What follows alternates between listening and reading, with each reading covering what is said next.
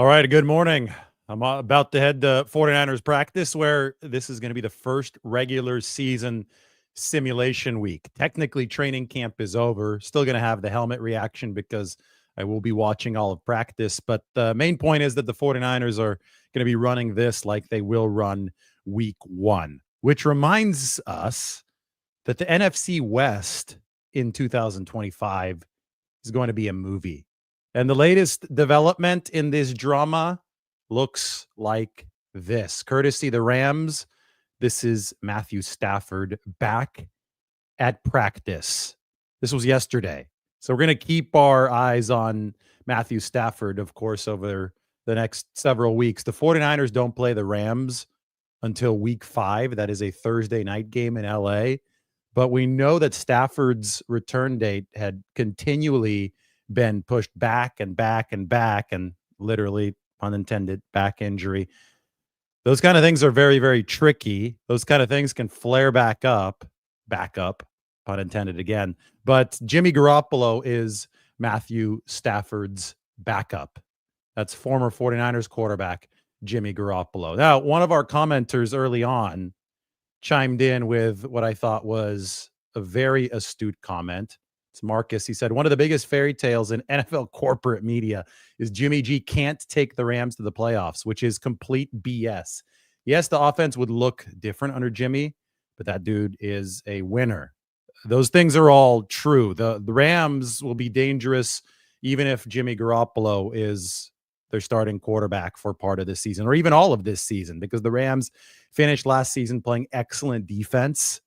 They built it up in a way that's, I think, reminiscent of what the 49ers are trying to do defensively, but they did it without having a lot of A-list players already in place. The 49ers have Bosa, they've got Fred Warner, they've got Diamador Lenore, but the Rams showed that they could be a defense-driven team by the end of last year, driven by guys like Jared Verse up front. And Sean McVay has shown that he can call an offense. Puka Nacua has shown that he can catch the football. The Rams have shown they can run now more of a power rushing attack than before. And Jimmy Garoppolo has shown that he could be a very, very efficient quarterback. So if it's Stafford, if it's Garoppolo, the Rams are still dangerous. And I think that QB optionality at the top has made that team much more, capable of extending this Stafford run, because he is not getting younger. He is dealing with a tricky injury. He hadn't been as good over the past 3 years, so they have to have a strong number 2.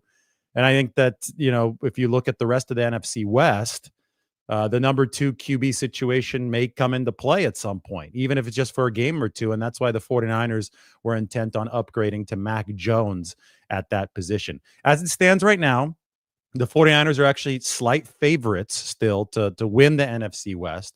I think if there's more and more confidence in Stafford's availability at the start of the season, that might even out at the top. But I still think that this is going to be an absolute movie. This is before we even get to Sam Darnold being the quarterback in Seattle. So, there is a chance that it is Darnold helming Seattle, Purdy helming the 49ers, and Jimmy Garoppolo helming the Rams, although Matthew Stafford is now back at practice. I don't know how the back is feeling. I don't know how it's going to respond.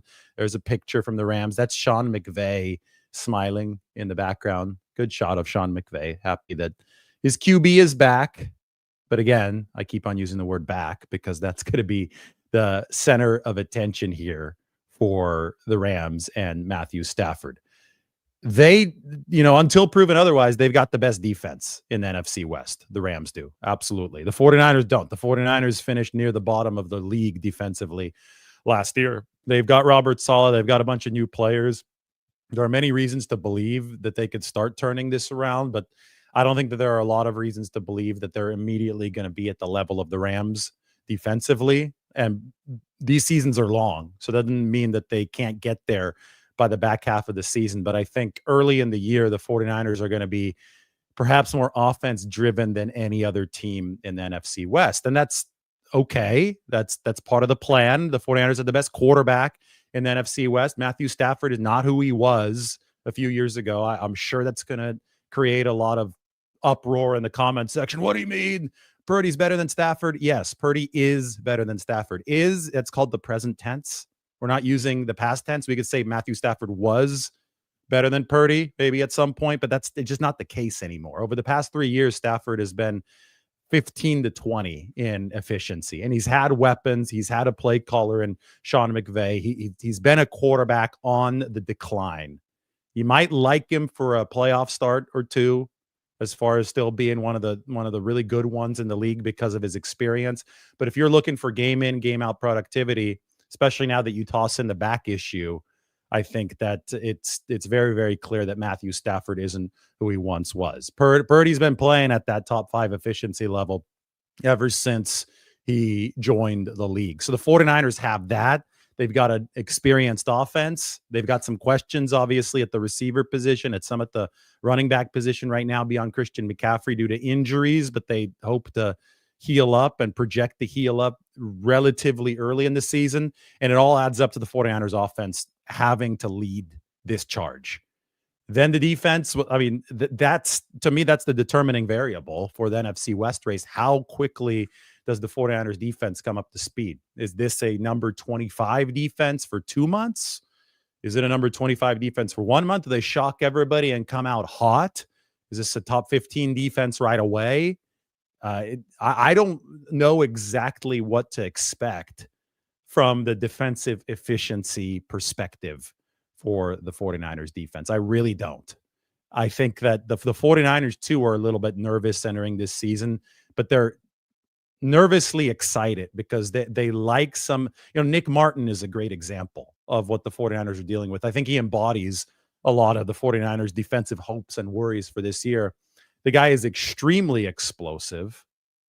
Off the charts explosive. There were concerns that he might be a little bit too small, but now that we see him on an NFL field and in uniform, I don't have those concerns anymore. I think he's muscled up. I think he's ready to hit people, but he's learning how to control his speed. So there'll be a play where he executes a Robert Saleh blitz perfectly, like we saw on Saturday in Vegas with the sack. And the just beautiful restraint.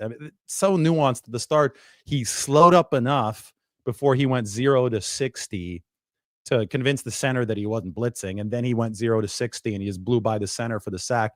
That was awesome. That was big progress over the week prior. But then, you watch more of the tape and he's missing on some run tackles. He missed 2 tackles again for the second straight week. And you could tell that he's just firing the gun a little too eagerly. He's got to slow up a little bit. And I think that's just an embodiment of the 49ers view of their entire defense. Is they've got a lot of this really, really raw talent, this raw moldable clay that potentially can give them really good play, but is it going to happen right away? Or are there going to be a lot of mistakes early on that they have to just grit their teeth and go through? And I think that the truth, is probably going to land, as it always does, somewhere in between the two extremes, the way too optimistic side, oh, these guys are going to be a top 10 defense right away, and the really pessimistic side, oh, these guys are going to be terrible because they're all rookies. I think it will probably land somewhere in the middle. And if it does, if the 49ers want to contend for the playoffs, it's the offense that's going to have to be the top 10, and I would even venture to say top 7 leading unit for this football team. And it goes without saying that special teams has to give them a really, really nice boost this year, as opposed to being a dead weight that's dragging them down to the bottom of the sea floor. I think it was a good start for special teams to see Jake Moody boot a 59-yard field goal to beat the Raiders, because they lost a ton on field goal last year when Moody was coming back from the high ankle sprain. So it's, this is an exciting week because they're finally running regular season schedule. And so now, the 49ers are going to begin game planning. That's something that they didn't really do before. They were still calling plays for that Raiders game as if it was training camp. It's not a very cohesive process now. Now you're trying to set up plays over the course of the game. You're taking a look at the opponent throughout the whole week. You're installing plays to face that particular opponent. Obviously, the opponent itself is rather exciting, I think, just because it's Jim Harbaugh on the other side, it's Trey Lance on the other side, and something that Kenny Hamilton, one of our very, very loyal viewers, pointed out yesterday. Navarro Bowman is the linebackers coach for the Chargers. So It's not regular season intensity yet, but it's entering regular season mode. And instead of all these individual evaluations that we've been doing, I think that we can now start to understand how all the puzzle pieces are going to work as a team for the 49ers, because it's a building block, right? A ton of building blocks. And now the 49ers are moving closer and closer to that September 7th season opener against Seattle. All right, so I'm going to head down to practice, but not yet. We're going to talk 49ers here for maybe the next half hour or so. I'm excited to do it. I've got my phone out right here so I could keep track of time, see when my train is leaving. And I think it's a good time to go to some questions. If Mike sees something good, he'll send it to me. We'll put it up on the screen. But I would expect quite a bit of news for the 49ers today. So you should be ready for the helmet update when it does drop.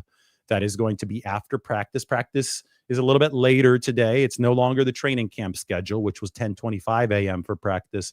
It's 11:45 a.m. for the 49ers today, which is what we will be seeing come week one. Unless they're playing some kind of crazy East Coast time. Sometimes they'll go a little bit earlier those weeks, but Kyle Shanahan typically has practice around midday for the 49ers, the way that San Francisco is going to do it this week. All right, so let's all put in your questions. I'm going to check to see what time I need to catch a train to surgically strike this, kind of like Brock Purdy to Ricky Pearsall on my way down to Santa Clara. Got a lot of business to take care of, so I don't like to drive. I like to work. I like to work on my way down. So we've got, let's see, Berryessa, North San Jose trains.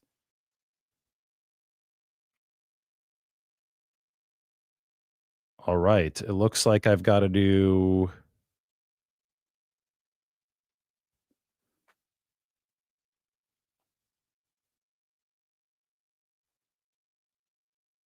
If I do one that leaves in 47 minutes, trying to do the math here.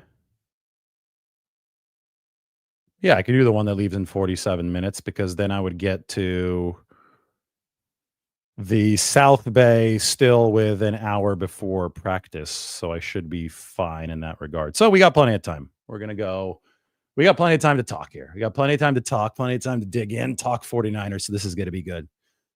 Efficiency. Efficiency is everything for the 49ers offense and for my commute down to the South Bay here from San Francisco. Would I consider the Rams a playoff contender? Yeah, of course. Jimmy Garoppolo has won a lot of football games. Jimmy Garoppolo has played some really efficient football. This is one player that, you know, the media gets a lot wrong, right? Which has allowed numbers for us to boom, which is great. But one of the things they've gotten very wrong is Jimmy Garoppolo. Nobody has ever said that this is a great top-level quarterback, but he's very, very effective executing a system, a good system. And that's really hard to do. It makes him a coveted guy around the league. Matthew Stafford wanted Jimmy Garoppolo on his football team. I think that the big impediment for Jimmy over the course of his career have been the injuries. He has really struggled to stay healthy. I know that's what derailed his time with the 49ers. But if he has to start instead of Matthew Stafford, if he can stay healthy, he can win a lot of games for that football team. And that's something that the media kind of hasn't really been able to fully wrap its head around. They think that the Rams would be screwed without Matthew Stafford. Just not the case. Jimmy Garoppolo could be very, very successful for the Rams. And that's, you know, there's a reason why Sean McVay signed him, right? There's a reason why he's the second quarterback on that team. And 49ers fans, if they remove their biased glasses, because I think that Garoppolo wasn't covered fairly when he was with the 49ers. I think that people took the injury issues and conflated it with play. And then obviously there was the whole Trey Lance thing mixed into there, which probably should have made people appreciate Jimmy Garoppolo even more. And then Brock Purdy showed up and obviously raised the level of QB play for the 49ers to a level of greatness. So Brock Purdy is playing top tier football. Brock Purdy has delivered number one efficiency in the NFL ever since he joined. So the 49ers are obviously better off now, but that shouldn't denigrate what Garoppolo did for them. And unfortunately, he left with a broken foot. I think it's finally in the past now. I think that probably even affected him with the Raiders that next season. So he definitely is somebody that the 49ers would need to be careful of if he does helm that Rams offense. Joe is saying Jimmy is better than our QB2. I would say so. I think Jimmy is better than Mac Jones. But I will say that Mac Jones is better than the Brandon Allen, Josh Dobbs show that the 49ers had last year. So San Francisco went out to upgrade QB2. I think they successfully did that. Is their QB2 better than the Rams QB2? Is Mac Jones better than Jimmy Garoppolo? No. Just data, the performance doesn't indicate that. That being said, you know, you want this to be a battle of QB1s, right? You want the best from the Rams to face the best of the 49ers. Nobody likes injuries watching the NFL. I'm just charting out possibilities. And with Matthew Stafford's back being in a precarious situation, even though he has returned to practice, it might be a Purdy on one side, Jimmy Garoppolo on the other side kind of deal. And, just fitting to talk about that in a week of reunion for the 49ers, right? Trey Lance is coming back to the Bay Area. Jim Harbaugh is coming back, as I mentioned.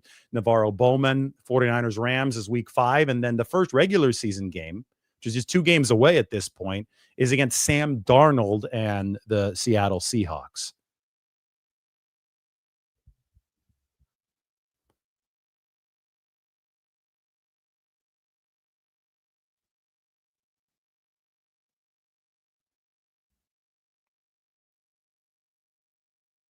Is Jimmy G better than Sam Darnold or vice versa? Well, Sam is younger. He's more athletic. He's got a bigger arm.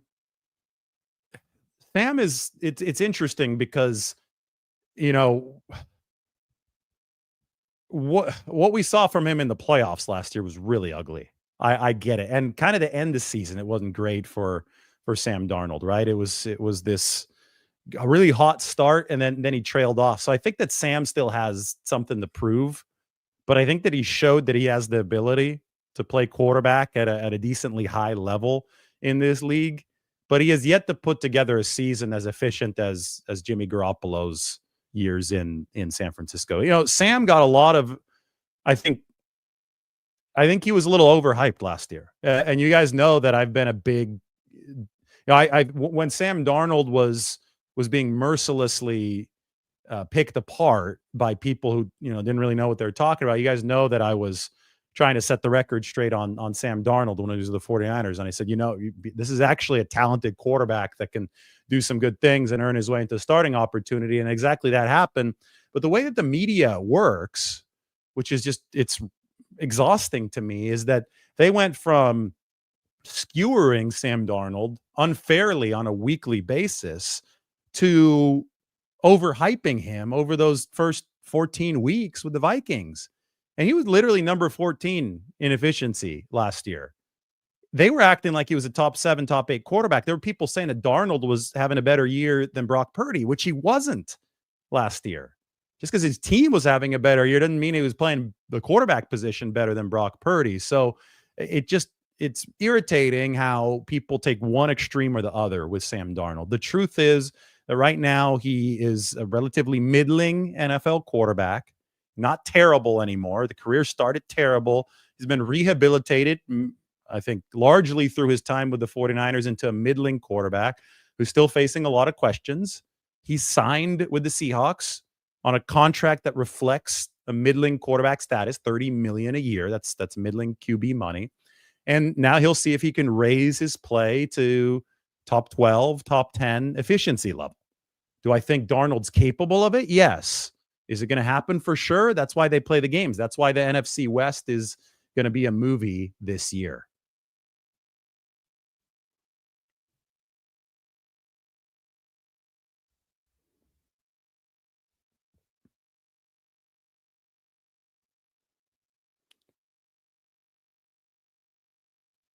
Being Butterfly says NFL media outlets report extremes to increase engagement. Fans need to stop rewarding them by giving them engagement. Well, I'm glad that fans have rewarded us. I'm glad that so many people watch us. I don't think that we go to extremes. I think that we just say how it is and we're measured and we're calm. And, maybe that's a differentiating factor that helps us in this modern day and age. But brace yourself. I think I got ahead of the Trey Lance, Jim Harbaugh return because there's going to be a lot of bad takes this week. So we went to Kezar, made that video. That's the kind of stuff that you can expect us to continue producing on this channel.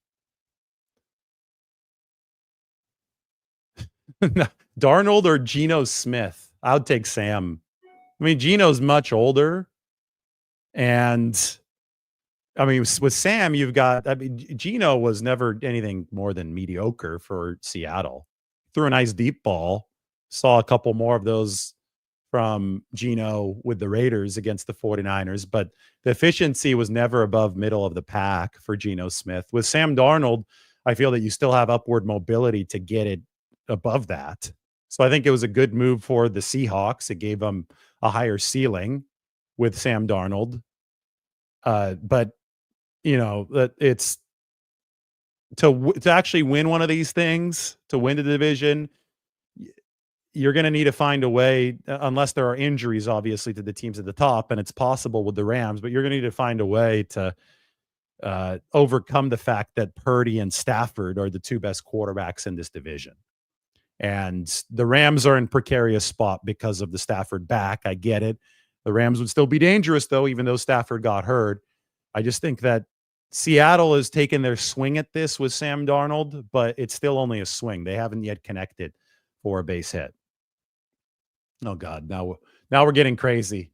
Darnold or Jim Druckenmiller? Now, that's somebody who's been watching the 49ers since at least the 90s. Well, here's somebody else. Somebody's saying, bring back my boy Sean Hill as quarterback number 2.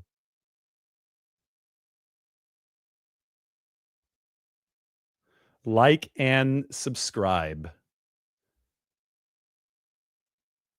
Yes, please do that. That would help the cause.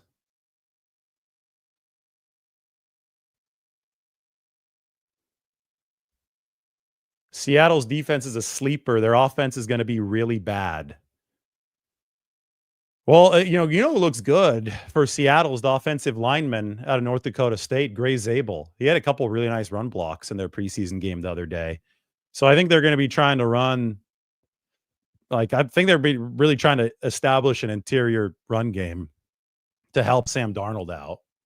And I know that Mike McDonald, their coach, is very defensively oriented. That's worth noting. So they're going to be trying to lead the way with that side of the ball and then have Sam Darnold play solid mistake-free football on the offensive side. If you could do both of those things with a special teams that's at least average, you could contend in the NFL. There's a lot of parity in this league, right? So the bar is not high to be a 9-win team, I think, in this league. It's not, we're getting to 11, getting to 12. I mean, those are the hard things. Can you get those extra couple wins?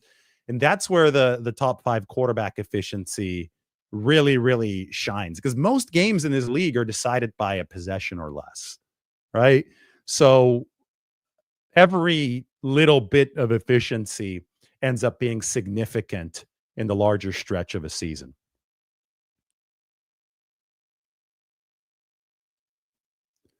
You think that Arizona is the 49ers' biggest competition? We haven't talked about the Cardinals yet.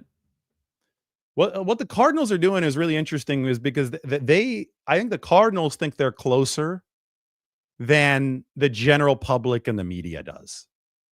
And the reason I say that is I look at some of their signings on defense. I mean, they went for older players, like on their defensive line. Dalvin Tomlinson, Josh Sweat.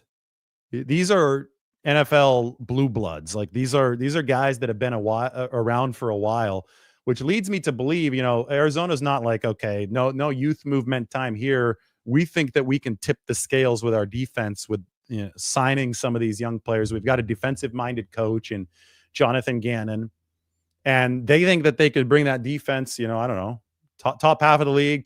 If they're top 10, then all power to them. But if they can do that with a veteran defensive unit, then they feel they can take pressure off of Kyler Murray and run an offense that plays within himself. And he doesn't have to go crazy, push the ball into too many tight windows. That they can play restrained football offensively, wait for their moments to pounce. They've got Marvin Harrison.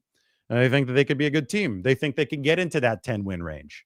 That's the read that I get from the Cardinals. I'm not saying that that's what I'm predicting for them. I'm saying that's what Arizona's strategy seems to be. And if that's the case, they're a contender as well, right? And people really, it's the least sexy team in the NFC West, right? As far as like media market goes, you've got massive media markets in LA, the Bay Area, and even Seattle. That's I get that it's a smaller region than the Bay Area and LA, but I think their natural rivalry with the 49ers that goes back to the Harbaugh era that has continued now. I think that just makes Seattle a larger part of the conversation. The team that everybody always kind of forgets about are the Arizona Cardinals, but that's their blueprint. And I think that the division can be really, really compelling this year if they also step up, because then you've got four teams who are true contenders. Then it's wide open. Any chance they bring back Mordecai? He's still better than Bradley, and Mick Lombardi didn't deny that. I don't know what Mick Lombardi quote you're talking about. That coaches don't normally say, "Oh, this backup's better than the other." Mordecai and Bradley both played really poorly in the preseason opener. Bradley, to his credit, got a lot better last week. He made some plays. He made some good throws, even while he was getting drilled that one time when he found Robbie Chosen downfield. So they also worked out Nate Sudfeld yesterday. That's worth noting. Sudfeld used to be this team's backup quarterback, and there's a chance that they want to get another look at Nate Sudfeld now that he is a free agent. There was also a chance they only brought in Nate partially to take a look at him, but mainly to work out the three receivers, one of whom might be signed today. When I head down to the facility, I'll probably have some news when I come back. So stay tuned. The 49ers are about to make a bunch of moves, but I wouldn't make the assertion that Mordecai is better than Bradley. I would say that they're better at QBs 1 and 2 with Purdy and Jones. I think quarterback 3 is wide open for the 49ers right now because the play there has definitely underwhelmed so far, although Bradley did improve significantly last week.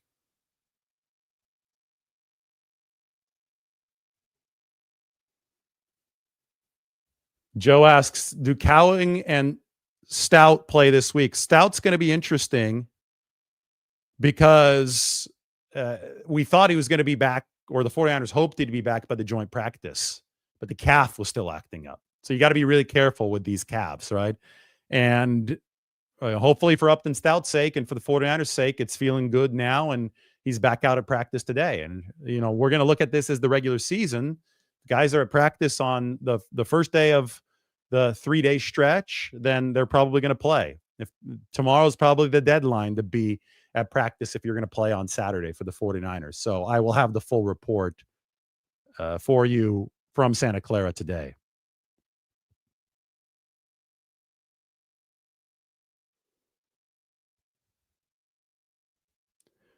I'm sure that Mordecai is judged on more than just one preseason game this year. I've been the first to say that probably wasn't the best indication of Tanner Mordecai's ability, because he was cut earlier that week, re-signed the day before the game, so he wasn't even in the building for those few days. So I don't think it's all too smart to just look at that game. But the 49ers were obviously looking at a little bit more when they initially cut him, right?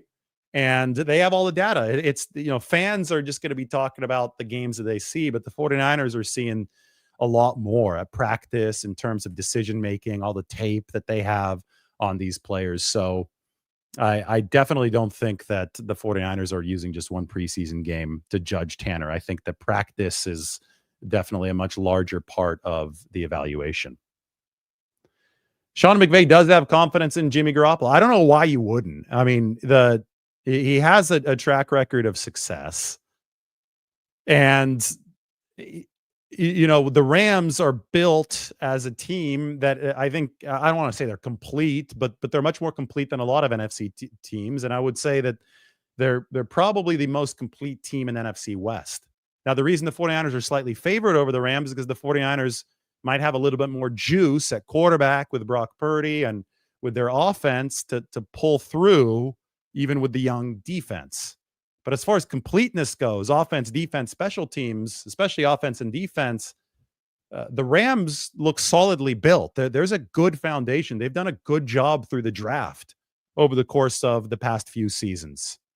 There's a reason why the 49ers have emulated a lot of what the Rams were doing in the draft as far as team building and roster reset went in 2023 and 2024. So there absolutely should be a lot of respect for what the Rams have done, since the 49ers are modeling much of their operation after it. And it's really funny and ironic, fitting, whatever word you want to choose for it, that the Rams, in a way, are modeling a little bit after the 49ers with Jimmy Garoppolo now in that quarterback room.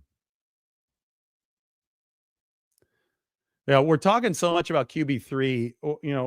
Let's not forget the overarching point, which is if you're getting the QB3, your season is almost certainly over anyway. It's like if you're getting QB3 for a long period of time, if QB1 and 2 go down, because a rookie Brock Purdy probably isn't walking through that door. What happened for the 49ers in 2022 when Purdy did his thing as the QB3 was such a great story because it was so exceptional. And exceptional means that you shouldn't expect it to happen again. So in the big picture, fortifying quarterbacks 1 and 2 is really all you can realistically do for your regular season prospects. You don't go out building a team saying, oh, we got to have a strong number 3, because there just aren't enough people on this planet capable of playing quarterback at a high enough level to make attaining a number 3 who can carry a team possible. You're going to have the crazy strike of lightning every once in a while. The 49ers did with Brock Purdy in 2022, but you can't really count on that to repeat itself. So make 1 and 2 strong as possible and then move from there.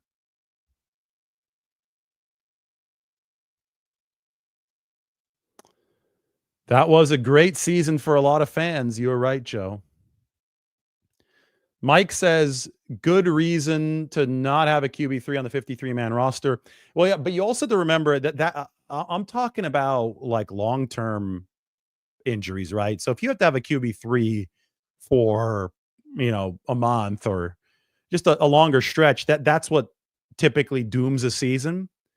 But then there's the short-term aspect, right? There's the short-term aspect of, okay, if 1 and 2 go down in a game, who plays quarterback? And you could probably still win that game with a 3 if he's just okay.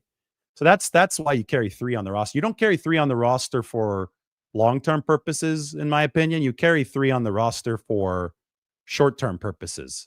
And the 49ers are also familiar with the acute short-term need for a quarterback. The NFC Championship game against Philadelphia tells you about that. Now, the guy who might end up taking that job for the 49ers, but we're just not sure based on health, is Curtis Rourke. ACL, NFI right now. He's almost certainly going to start the regular season on NFI. He'll have to be there for 4 games. They can activate Curtis Rourke if he's healthy at some point this season from the non-football injury list. He won't take up a roster spot if he stays on there past the 53-man cut down. And maybe Curtis Rourke ends up being that number 3 for the 49ers. And then people are going to start making the Purdy comparisons, right? Because Curtis Rourke is a 7th-round pick. He's Canadian. Purdy's not Canadian. But Curtis Rourke is a 7th-round pick coming from a Midwest college. He was at Indiana, played some good football for them on a torn ACL last year. I think that they probably have more hopes for Curtis Rourke than Tanner Mordecai or Carter Bradley, but Curtis Rourke is currently hurt. So it's intriguing stuff for sure, but the 49ers have to navigate their way until his return, if it does come this year. The Maple Missile. It's a good nickname coming out of Canada. Yeah, the 49ers had an insane, the 49ers are the team of quarterback depth historically, right? 1991. The trio of Montana, Young, and Bono allowed the 49ers to have a top-level offense. They won 10 games. They didn't make the Super Bowl. It was a really weird year. I've written about that year. But they played, I think, 6 games with Steve Bono, their third-string quarterback, and they won most of them. They definitely stayed afloat. Unfortunately, they were victims of a Hail Mary from the Atlanta Falcons that year at Fulton County Stadium that beat them on at the buzzer at the very last play of the game. And that ended up being what cost the 49ers a playoff spot in that 1991 season. Steve Young returned at the very end. Montana was basically hurt from wire to wire in 1991. But Steve Young returned, and I think it was the Bears or the 49ers absolutely whipped at the end of the season. But unfortunately, they were already eliminated from playoff contention at that point. But that was a good example of the rare exception of a third quarterback situation actually yielding good offensive results for the 49ers in that season.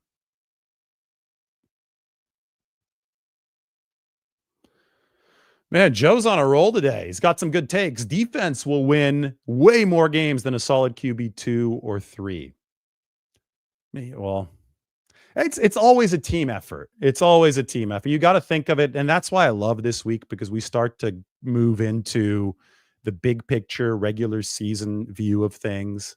How's the offense going to complement the defense? How's the defense going to complement the offense? Complementary football, right? Special teams thrusting its name into the mix as well.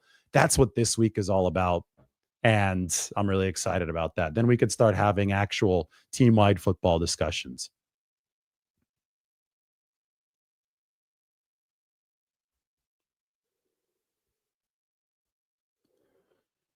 Bay Gibson says he used to love living on Gilman Street, right near Candlestick. He used to get into the game for free at halftime in the 80s and 90s. Wow. Times were different back then. So you just walk up. I mean, the back way in the Candlestick going through the neighborhood on the way there, it was something else.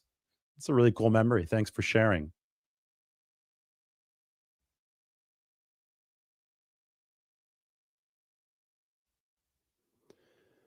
How am I doing? How's Margot? Everybody's doing well.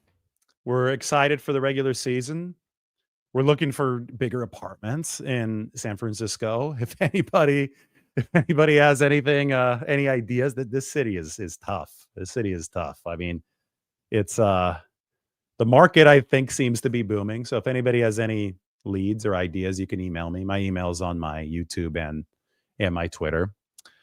We are bracing for what should be a fun ride this year. Thanks for asking.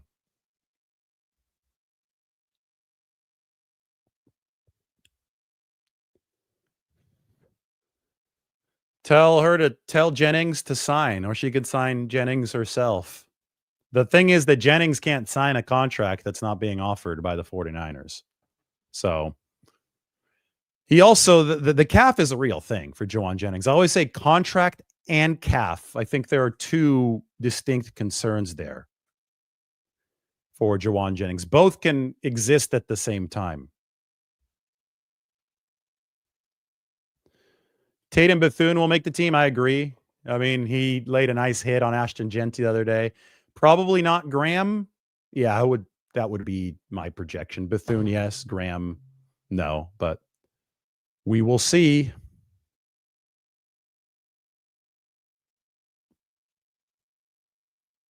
How are injuries looking for Jennings, Stout, and Bosa? Well, this is why you should stay tuned today, because we're going to get updates on all this. We're going to have a helmet update that's going to be coming up in just a few hours. I'm going to be heading down to Santa Clara, practice today, practice Wednesday, practice Thursday, game against the Chargers on Saturday. So, Joe thinks that Tatum Bethune is going to start. All right. Right now it's Luke Gifford at that linebacker 3 spot, but I think Bethune looks like a veteran, which I think is a big compliment for a second-year guy. You know, Nick Martin may be athletic as hell, and I think he's doing some impressive stuff, but doesn't look like a vet yet. He looks like a rookie. He's not playing fully within himself. He's learning how to. Tatum Bethune, he looks like a vet. He is definitely playing within himself for the 49ers. You can send this to my, I have a cool email you could send stuff to now. It's david@lombardihimself.com. We got a website. Well, the website's being built at lombardihimself.com, but the emails are ready. david@lombardihimself.com if you want to send me your article. All right, everybody. Thanks so much for watching. Down to Santa Clara, hit that subscribe button and hit the alarm bell so you're ready for the helmet update today from the stadium. We'll talk to you soon.